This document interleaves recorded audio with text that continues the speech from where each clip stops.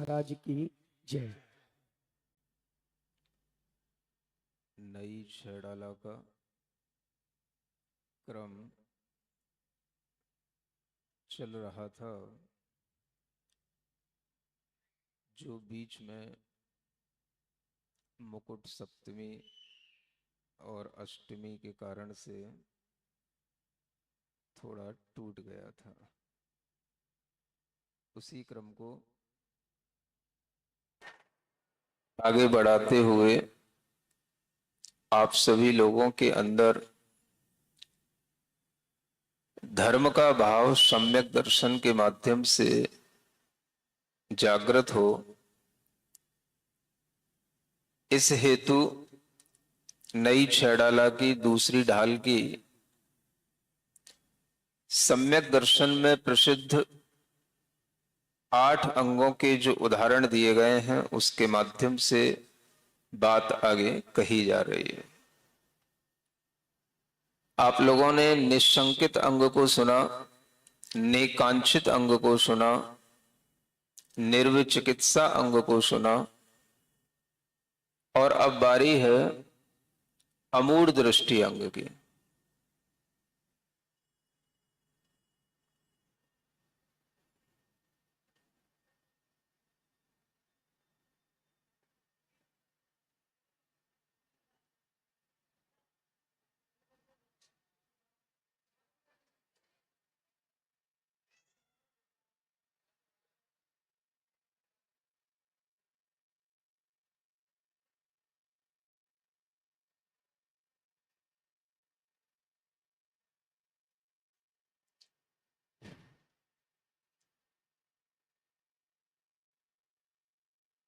अमूढ़ दृष्टि अंग भी सम्यक दृष्टि जीव का एक अंग होता है,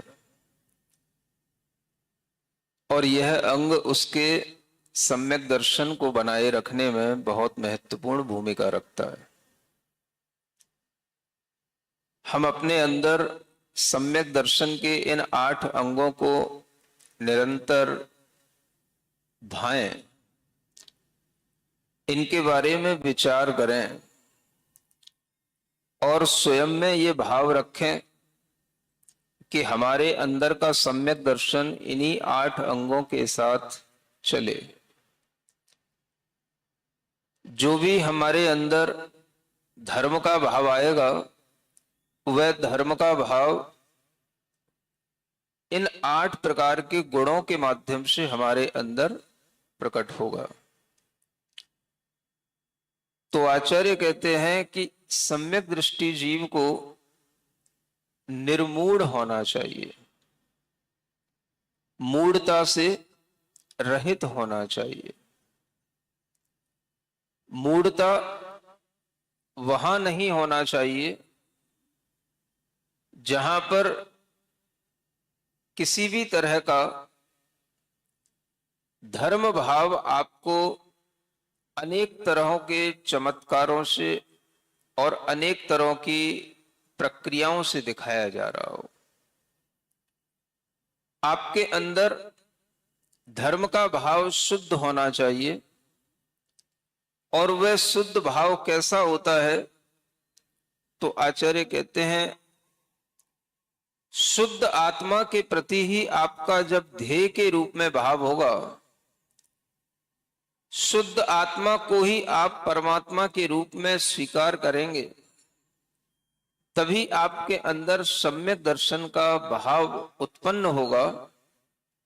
और वह सम्यक दर्शन का भाव अगर निर्मूढ़ होगा, अमूढ़ होगा, तो आपको कभी भी अपने अंदर किसी भी तरह की मूढ़ता के लिए विचलित नहीं होना पड़ेगा। मूढ़ता क्या कहलाती है? जो देव नहीं है, भगवान नहीं है, उनमें भगवान की बुद्धि होना, ये मूढ़ता कहलाती है। जो गुरु का स्वरूप नहीं है, उसमें गुरु की कल्पना करना, ये मूढ़ता कहलाती है। जो शास्त्र का स्वरूप नहीं है, उसमें शास्त्र की कल्पना करना, ये मूढ़ता कहलाती है। जो तीर्थ का स्वरूप नहीं है उसमें तीर्थ की कल्पना करना, यह भी मूढ़ता कहलाती है। जो पर्व का स्वरूप नहीं है उसमें पर्व की कल्पना करना, यह भी मूढ़ता कहलाती है। सुन रहे हैं ना आप लोग? मूढ़ताएं कई प्रकार की हो सकती हैं, और इन सब मूढ़ताओं में किसी के कहने से बह जाना, किसी भी भीड़ को देख करके बह जाना, इससे अपने आप को बचा करके सही मार्ग पर चलने के लिए अपने मन को लगाना, इसी का नाम निर्मूढ़ दृष्टि कहलाता है, अमूढ़ दृष्टि कहलाता है।